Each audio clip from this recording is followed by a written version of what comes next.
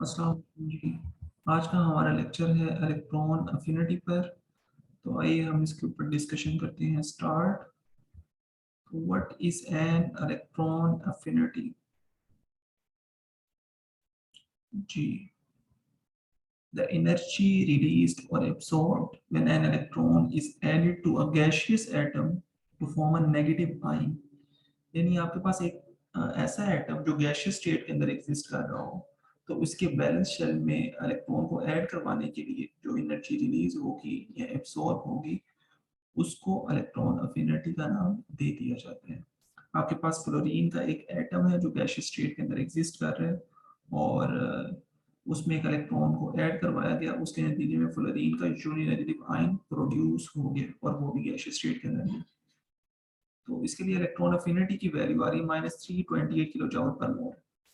तो यहाँ negative sign appear हो रहा है, तो ये एक साइन कन्वेंशन है कि जब भी सिस्टम में से एनर्जी रिलीज होती है तो उसको नेगेटिव साइन से अपीयर कर दिया जाता है, और अगर एब्सॉर्ब होती है तो उसको पॉजिटिव साइन से अपीयर कर दिया। तो एनर्जी कब रिलीज होगी और कब एब्सॉर्ब होगी, ये स्टूडेंट के लिए काफ़ी कंफ्यूजिंग हो जाती है मतलब ये चीज़। तो मैं आपसे ये शेयर कर देता हूँ। G. Mostly energy is absorbed when an electron is added in an electropositive element. What is an electropositive element? An element which has high ability to lose electron. यानी जब भी हम एक इलेक्ट्रोपॉजिटिव एलिमेंट के balance shell के अंदर electron को add करवाना चाहेंगे, तब एनर्जी एब्सॉर्ब ही होगी। और इलेक्ट्रोपॉजिटिव एलिमेंट एक ऐसा एलिमेंट होता है जो इलेक्ट्रॉन को लूज करने की सलाहियत रखता है। तो कोई भी एटम कब इलेक्ट्रॉन को लूज करने की सलाहियत ज्यादा रखता है? जब उसके न्यूक्लियस का बैलेंस इलेक्ट्रॉन पर होल्ड कम हो। होल्ड कम होने की वजह से उन बैलेंस इलेक्ट्रॉन्स के दरमियान रिपल्सिव फोर्सेस बढ़ जाएंगी। और अब आप चाह रहे हैं कि बाहर से एक इलेक्ट्रॉन आए और उसके बैलेंस शेल में ऐड हो जाए, तो ये एनर्जी के बिना ये काम नहीं हो सकता, क्योंकि वो आने वाले इलेक्ट्रॉन पर रिपल्सिव फोर्सेस होंगी इलेक्ट्रॉन की। और दूसरा ये है कि न्यूक्लियस का उस आने वाले इलेक्ट्रॉन पर होल्ड भी कम होगा, उसको इतनी ज़्यादा ताकत से नहीं खींच रहा होगा। तो फिर इसको ऐड करवाने के लिए एनर्जी हमें देने ही पड़ेगी। और कब एनर्जी रिलीज होती है? जब इलेक्ट्रॉन को ऐड करवाया जाए एक इलेक्ट्रोनेगेटिव एलिमेंट में। और इलेक्ट्रोनेगेटिव एलिमेंट एक ऐसा एलिमेंट होता है जो इलेक्ट्रॉन को गेन करने की एबिलिटी रखता है। और एनर्जी मेनली यहाँ रिलीज होने की वजह यही है कि वो इलेक्ट्रोनेगेटिव एलिमेंट लाइक अ नोबल गैसेस स्टेबिलिटी अटेन करना चाहता है।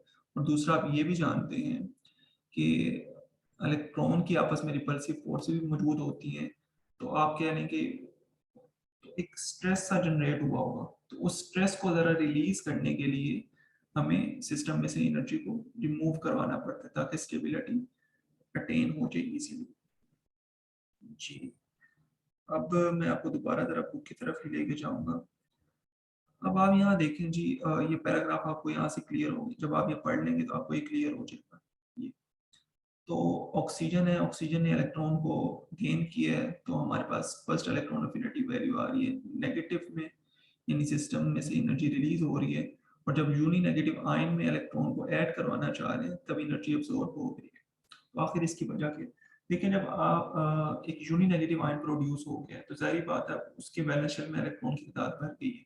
रिपल्सिव फोर्सेस और ज्यादा जो सी हैं वो स्ट्रेंथन हो जाएंगी और आने वाले इलेक्ट्रॉन को इजीली ऐड नहीं होने देंगी। तो ऐसे में हमें एनर्जी देना ही पड़ेगी अगर हम चाह रहे हैं कि जी हम हमारे बैलेंस शेल के अंदर इलेक्ट्रॉन का इजाफा हो जाए। ठीक है जी। तो ये मैंने इसकी इन दो लाइंस को एक्सप्लेन कर दी है। ठीक है जी।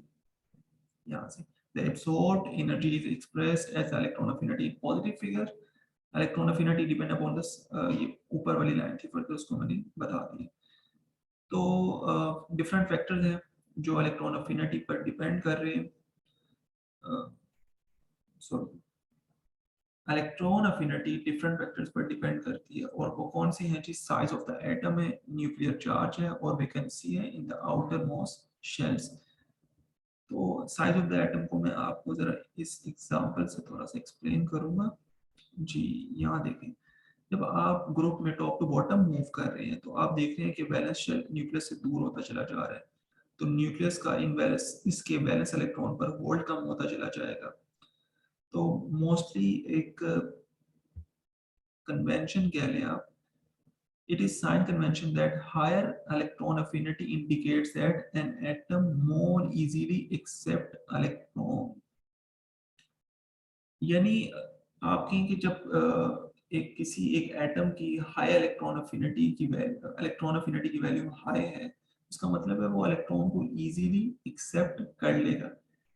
लेकिन जैसे ही आप टॉप टू बॉटम मूव कर रहे हैं तो आप देखेंगे कि बैलेंस शेल दूर होता चला जा रहा है न्यूक्लियस से, तो न्यूक्लियस का आने वाले इलेक्ट्रॉन पर जो सा आपके जी होल्ड भी कम होता जाएगा, इतनी ज्यादा अट्रैक्टिव फोर्सेस मौजूद नहीं होगी। और जब एक ही बैलेंस शेल है, या आप हाइड्रोजन की एग्जांपल में देखें, तो आने वाले इलेक्ट्रॉन और इस न्यूक्लियस के दरमियान अट्रैक्टिव फोर्सेस ज्यादा होंगी, तो वो इजीली इसके अंदर ऐड अप हो जाएगा, तो इलेक्ट्रॉन अफिनिटी की वैल्यू हाई होगी। इसका मतलब है जैसे ही हम टॉप टू बॉटम मूव करते हैं, इलेक्ट्रॉन अफिनिटी की वैल्यू डिक्रीज करती चली जाती है। और जब आप पीरियड में मूव करते हैं लेफ्ट टू राइट, तो आप यहाँ देखें जी, अब मैं इसके अंदर ना एक एटॉमिक साइज तो यहाँ इन्वॉल्व हो रहा था ग्रुप के अंदर, इसके अंदर मेन फैक्टर जो सा इन्वॉल्व हो रहा है वो न्यूक्लियर चार्ज है। यहाँ एटॉमिक साइज के अंदर कोई आप कह लें जी माइनर सा वेरिएशन आएगी, लेकिन मैं आपको यहाँ न्यूक्लियर चार्ज से ज्यादा एक्सप्लेन करूंगा। जैसे ही आप पीरियड 2 में मूव करते हैं लेफ्ट टू राइट, तो लिथियम कार्बन नाइट्रोजन, तो आप देखें कि न्यूक्लियर चार्ज में इजाफा होता चला जा रहा है, लेकिन वैलेंस शेल में कोई इजाफा नहीं हो रहा। न्यूक्लियर चार्ज में इजाफे की वजह से आप कह लीजिए न्यूक्लियस का इन वैलेंस इलेक्ट्रॉन पर होल्ड जो सा है वो स्ट्रॉन्ग से स्ट्रॉन्ग होता चला जाएगा। तो फिर आने वाले इलेक्ट्रॉन पर भी इसका होल्ड जो सा है वो ज्यादा होगा, अट्रैक्टिव फोर्सेस ज्यादा होंगी और इलेक्ट्रॉन को ऐड करवाना इजी होता चला जाएगा जैसे हम लेफ्ट टू राइट मूव करते चले जाएंगे। और तीसरा जो सा फैक्टर था वो था vacancy in the outermost shell. तो वेकेंसी भी बहुत ज्यादा इंपॉर्टेंट रोल प्ले करती है। अगर एक या दो इलेक्ट्रॉन, अगर उसने आप कह लीजिए लाइक नोबल गैसेस उसको ऑक्टेट रूल उसको कंप्लीट करने, तो कम से कम उसको एक या दो इलेक्ट्रॉन की जरूरत होगी।